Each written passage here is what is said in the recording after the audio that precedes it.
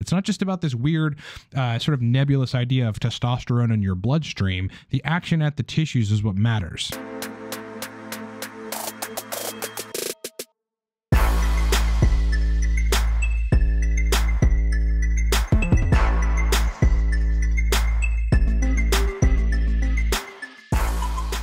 What's up, everybody? It's your boy Ryan, and this is the Thunder Channel on nootropics, on testosterone, on biohacking, and on male performance. Look, I know you're going to love all the content that we put out, so just save yourself the time and hit the sub button now, brother. I have a 1980s kind of superhero action figure guy that would really appreciate it, bro, if you'd hit that like button. Yeah, bro, I pulled out He-Man. Who are we? We are Cortex Labs, and we make high-level nootropic stacks as well as high-level nootropics courses and guides relative to nootropics and getting on TRT. You can get all of our good stuff in the description of this video, and probably the most popular product is the Torque Nootropic Stack. So what I wanted to do in this video is bash your TRT protocol, because it sucks. No, I'm just joking. I mean, who knows, right? Your TRT protocol may be absolutely perfect for you, and it's just the problem with the internet these days is that people think they have the perfect protocol for every single person out there, and it's just not how physiology works. What I am going to do in this video is I am going to discuss in the context of injecting testosterone and not getting androgenic results, because I think it's pretty easy to inject testosterone, whatever your protocol is, and end up anabolic, right? I mean, that's just going to happen. But androgenicity, you know, hardcore DHT binding and the sexual benefits that come along with it, that's a little more tricky. Right, because you have the testosterone estrogen balance, you've got the potential for prolactin surging out of control if your E2 is too high. No, and then you have 5-alpha reductase and turning your test to DHT, and how adequately functional is that system? So anyway, there's a whole bunch of stuff that goes into like a bulletproof TRT protocol, but what I want to talk about is actually plotting out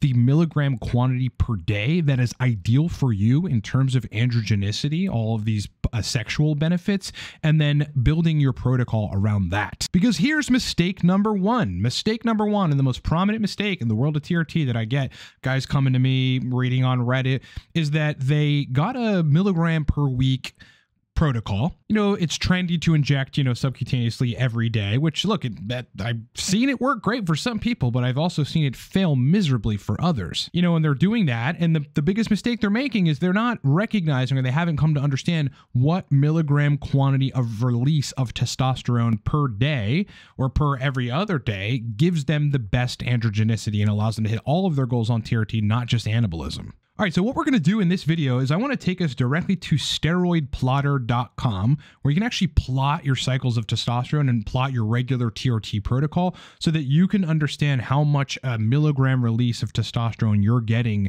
per day, per every other day, you know, what your peak is, what your trough is in milligram quantity. Why is this important? Well, look, I mean, putting it simply, if you're not getting androgenicity, or to get maximized androgenicity out of testosterone, aside from estrogen control and prolactin control, you're going to want to know the milligram quantity release per day or per every other day or at its peak that actually gets you there. Because there's a vast difference between, you know, an infrequent dosing schedule and therefore higher peaks, and the saturation at the androgen receptors and the androgenicity post kind of the receptor binding, all that genetic action, and, you know, call it injecting super frequently with a lower dose where you really don't get those peaks in testosterone like the milligram per day. I'm going to show you, so let's just jump into it. All right, so let's just plot this out.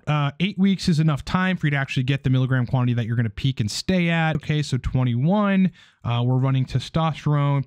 Typically, people are running testosterone cypionate. We're going to do every day and click week 8. All right, let's plot 21 milligrams a day. This is subcutaneously injected of testosterone cypionate every day. Let's plot that. Let's see where your peaks are, what your troughs are like.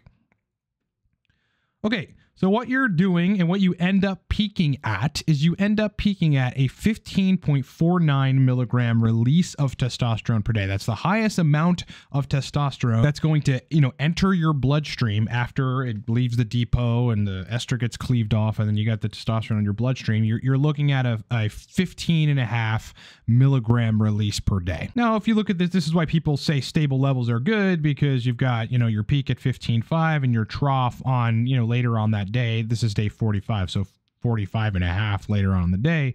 you know, you're troughing at 1446. So you're really not fluctuating at all. Now there's benefits to this, obviously, and that's predominantly that your estradiol does not peak past, like, say, you know, your baseline is it's sitting at 32 or 35, which, you know, for a dose like this is probably where it's going to be. You know, everyday injections like this, your estradiol is not going to peak very much past that. I mean, you just kind of hover right around that area. It may deviate a couple points in picograms per milliliter, but you're not going to shoot up to 58, which you know, or 60, which you would if you were injecting less frequently. But there may be a case for the necessity to inject less frequently. Let's look at this. So you're at 15 milligrams, okay? Let's just say in this particular protocol, you're not getting androgenicity. You have mild libido, morning woods hit or miss, you know, you can't really perform during sex, or at least you're a little worried about it or whatever. What could you do, okay, with the same 150 milligrams a week to modify this in a way which gets you androgenicity, assuming that higher peaks in milligram quantity per day of testosterone release would get you androgenicity, which it does? What could you do? This is what you could do. You could split your injections up. Instead of doing them every day, you could do them twice a week, right? Every third day, every 3.5 days, every fourth day even, right? I mean, it's basically the same thing, right? So essentially over an 8-day period, right? Let's couch it as every 4 days, you're injecting 75 milligrams of testosterone cypionate. All right, let's plot that and see what the difference is. All right, so in 2 weekly injections, what we have here is we have about a 1.2 or something, like 1 in a very small fraction more milligram per day difference, which may mean a little bit more androgen receptor saturation and more androgenicity, but that really isn't that significant, is it? Right? You were at 15.5 in your peak before. Now you're at 16.86. All right, so that's pretty good. That may have just been the extra amount that you need in milligram release per day, right, or at your peak to get the saturation at the androgen receptors. You're troughing in this particular case at 1039, which is not terrible. The average guy makes 7 to 10 milligrams a day of testosterone, so you're still above what the average male would make. You know, the dynamics of sex hormone binding globulin and the transport of androgens to tissues may modify in a favorable way in this particular situation. But here's the crazy part, ready? So for androgenicity, if you were to take your entire 150 milligrams, stay with me. I know a lot of you are like, oh God, he's going to talk about injecting once a week. That's like how they used to do it back when we were in the Stone Age days. Yeah, no, actually, that's pretty common for testosterone cypionate, aside from the very vocal minority on the internet. All right, so let's plot 150 milligrams every 7 days with a long ester that's essentially made to be injected twice. So, I mean, you could do every other day, not every day with cypionate, guys. I mean, come on. All right, so plotting this, wow. This looks vastly different. Remember, you had a peak of 15.5 milligrams of release of testosterone, and you were releasing that much every single day. Now, your peak of testosterone and thus saturation at the androgen receptors is at its highest here, 23, okay? 23 milligrams. Now, I just, want you to think about something for a second.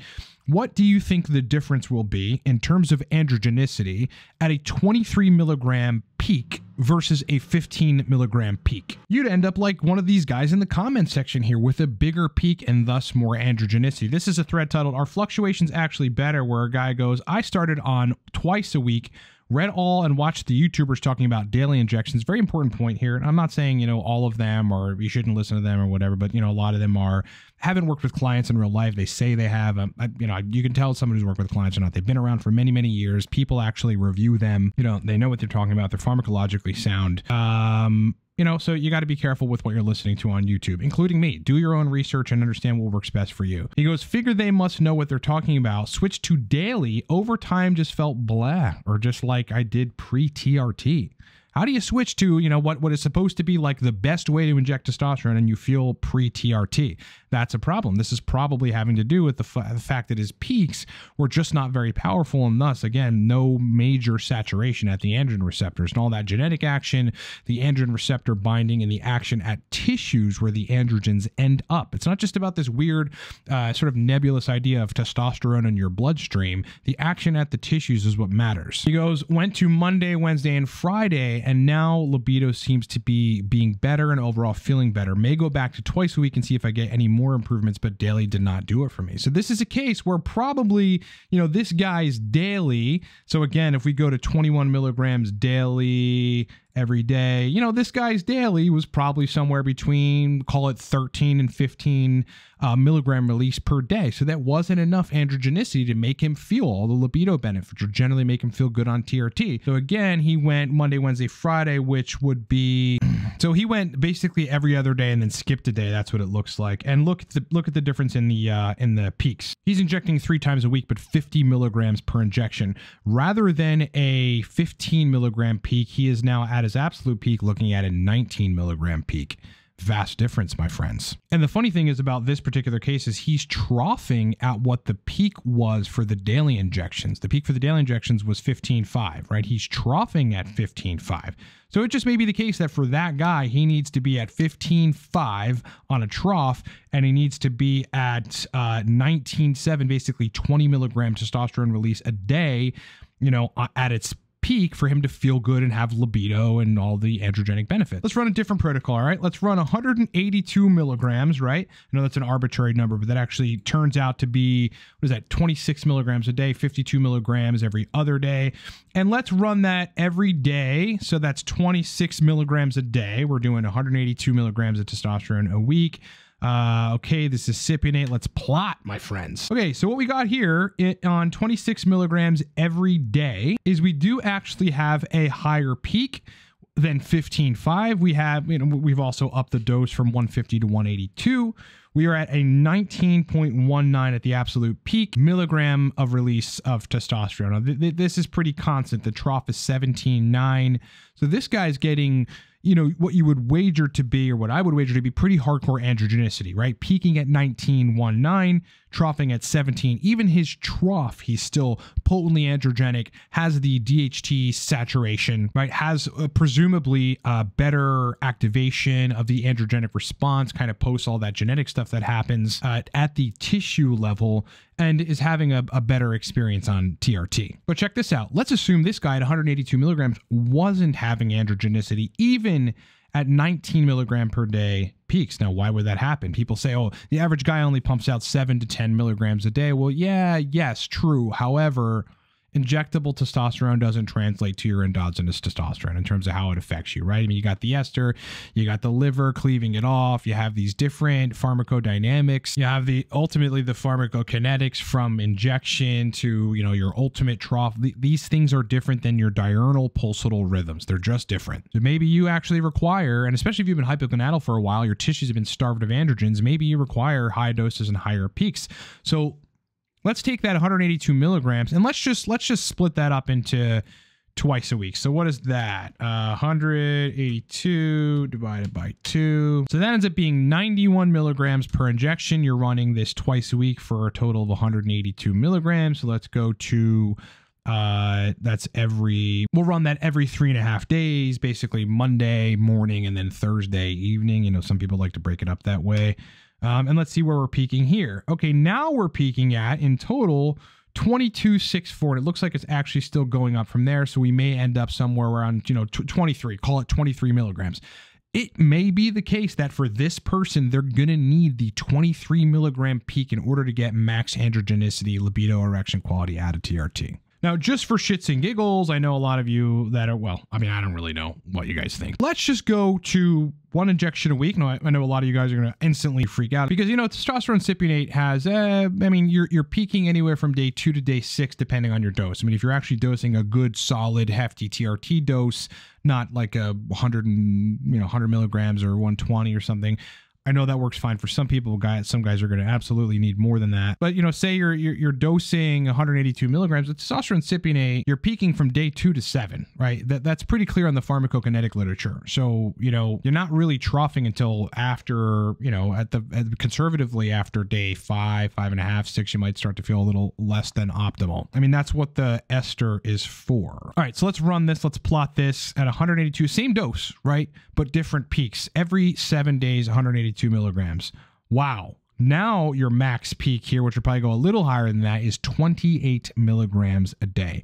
This is why if you go onto Reddit and look at guys that have the best experience, I actually did this. I broke this down and wanted to figure it out. What were the best experiences in terms of androgenicity? You're going to find that a disproportionate amount of time there are people that are injecting either twice a week or once a week. But this can happen in a daily injection, and I'm going to explain to you how. But let's just look at this peak. Holy fuck, 28 milligrams a day. That is a significant peak. If you're not getting, proper androgenicity and waking up with boners and walking around wanting to bang everything that walks, including stuff you're typically not interested in, then something's really, really wrong, right? Because at 28 milligrams a day, you should be like a walking sex machine. Now, your trough here, once a week, your trough is 1138. So that's significantly low. And I would imagine on those days you don't have as much androgenicity.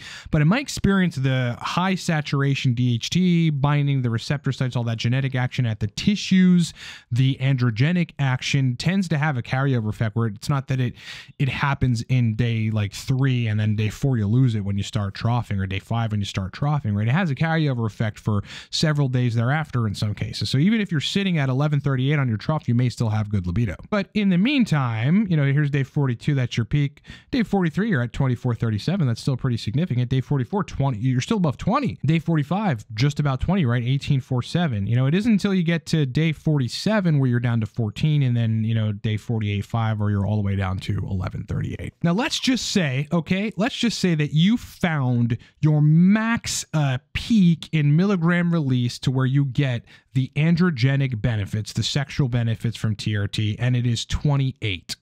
How are you, but you do not like dealing with, because I know this is in a lot of your heads, and it's absolutely true, and rightfully, you don't like dealing with what is ultimately going to be a super physiologic peak of estradiol when you peak on testosterone. I mean, you're releasing 28 milligrams. Your E2, if it sits at 32, probably is going to go to 60 or 65. In the subsequent, it's about 2 to 7 days is when your estradiol is going to peak on a dose like this if you're doing a bolus. So in these subsequent days, as your testosterone lowers, the estradiol is actually going to be rising, and it'll hit a peak. There's such a thing as, I forget exactly how it's termed, but there's a saturation point of estradiol where you're not going to be able to aromatize anymore, right? It's the aromatase enzymes, like you don't have the capacity to aromatize anymore. So you will reach a peak and it won't be able to go further than that, but still that peak is going to be troublesome. I mean, what does high estradiol feel like, right? Moon face, bloated, water retention, acne. Now, acne is like, DHT and testosterone to some level as well, but it's also estradiol,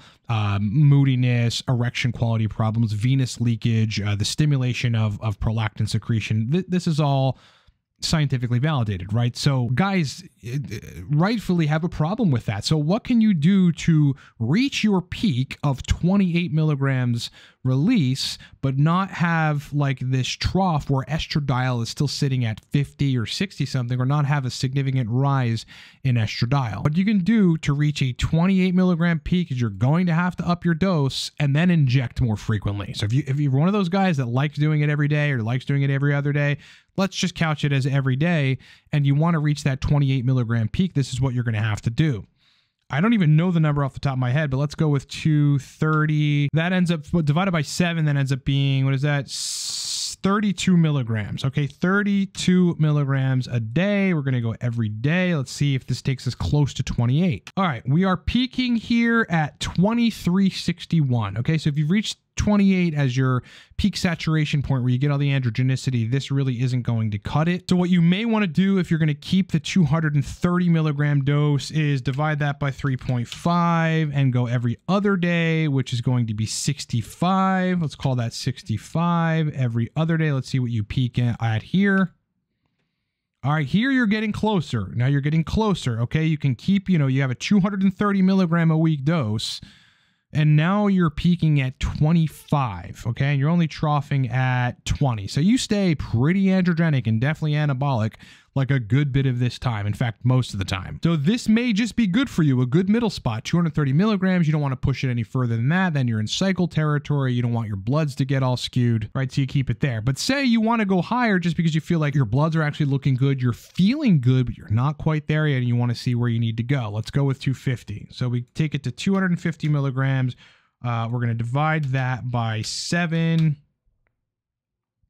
All right, so that ends up being 35. Not sure we're going to reach 25 or 28. Let's see. Every day, let's plot that. and we're reaching 25. Okay, so 35 milligrams gets you at 25 milligram release per day once you get to your absolute peak. After it takes some time for all that, testosterone to peak in your blood, then you're sitting at 25. Now, if you needed to take it to 28, you absolutely needed 28 milligrams a day release of testosterone to get the proper androgenic effects. Then I couldn't see you going any more than 40. What is it? Let's go with 44 milligrams per day. Let's see what that does. All right, now you're at 32. Let's lower that to 39. Let's see what that's like. Now you're at 28. Okay, so 39 times 7. 39 times 7. This is your total weekly dose at 273 milligrams. Okay, so if you figured out that 28 milligrams is your peak and that's where you actually have androgenic benefits, but you want to inject every day instead of having these massive peaks and troughs, like you still want to get that potent androgenicity and that potent high-level DHT binding at the receptor site and at the tissues, all of the androgenicity stuff, figured out 28.8 is where you want to be, then yeah, unfortunately, in order to get there and inject more frequently as to have less estradiol peaks, you're going to have to take your dose all the way up to 273 milligrams a week, which is not terrible. There's plenty of guys, including people I know in real life, not only clients, but people at the gym that I know that are dosing upwards of 300 milligrams a week. And in this case, 39 milligrams a day is going to get you at your target milligram release. Now, what is the point of all this? It's not to disparage subcutaneous injections, because look, I just figured out a way that you can do it. It's not to disparage frequent injections. It's to show you that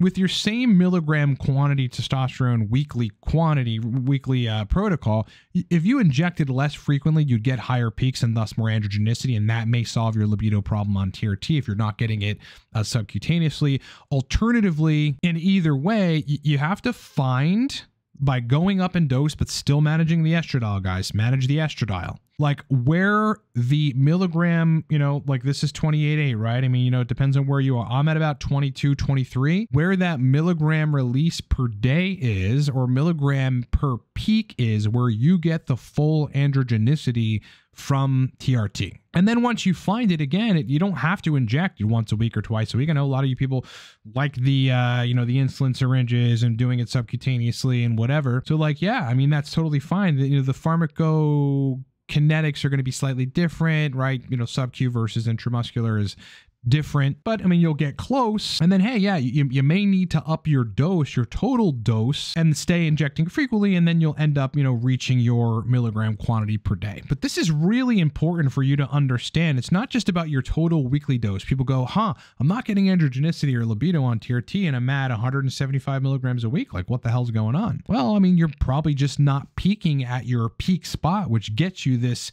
saturation at the receptor site, all this genetic action, all the androgenic binding at tissues. And you've got to understand, like, approximately or preferably exactly how many milligrams of testosterone that gets released into your bloodstream that you're dealing with every day or every other day or at your peak that actually gives you the targeted goals that you're looking for on testosterone replacement therapy. Okay, so you can go to steroidplotter.com and literally plot this out so that you can determine exactly what, peak of testosterone you need to be at through experimentation to see where you need to be. And it's also a very useful tool because then you can see where you are on your troughs. So I hope that makes sense. Thanks guys for watching. Again, this I want to make it clear. If you're injecting, 130 milligrams a week and whatever that ends up being, 9 milligrams a day or 15 milligrams a day subcutaneously with testosterone, and you're using an insulin needle, and your libido, your strength, your anabolism, your sleep, all that's great, fucking leave it alone, bro. Who am I to tell you to change anything? I want to make sure everybody sees that before I get the warriors in the comment section. But I see too many guys that come to me on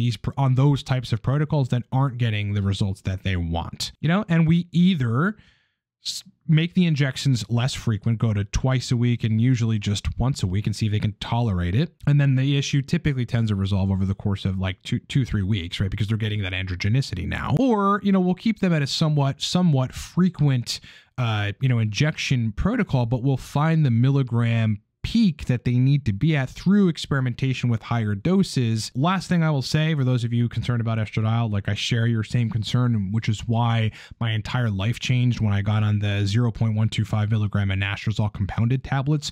They're just a lot easier to manage, and you know you're getting strictly 0.125 milligrams per tablet. Whereas if you're breaking up a 1 milligram tablet, you're breaking in, what is that, in half, and then in half again, you know, then potentially in half again, thereafter getting 0.06. You don't actually know how much anastrozole you're getting. These 0.125 milligram anastrozole tablets, you must get your doc, your PCP, your clinic, whoever, go to an outside doctor if you have to prescribe those at a compounding pharmacy. I get mine from Empower. That's like the best pharmacy, in the country, I believe. And they have made a world of difference. Dialing in anastrozole and your proper estrogen control is times easier when you've got the 0.125 milligram anastrozole tablets, okay? But as I said in the beginning, yeah, look, so we'll just skip right to consultations regarding this. If you need help with your TRT protocol, I've been doing this for many, many years, a decade at least, consulting people and working on TRT for a while.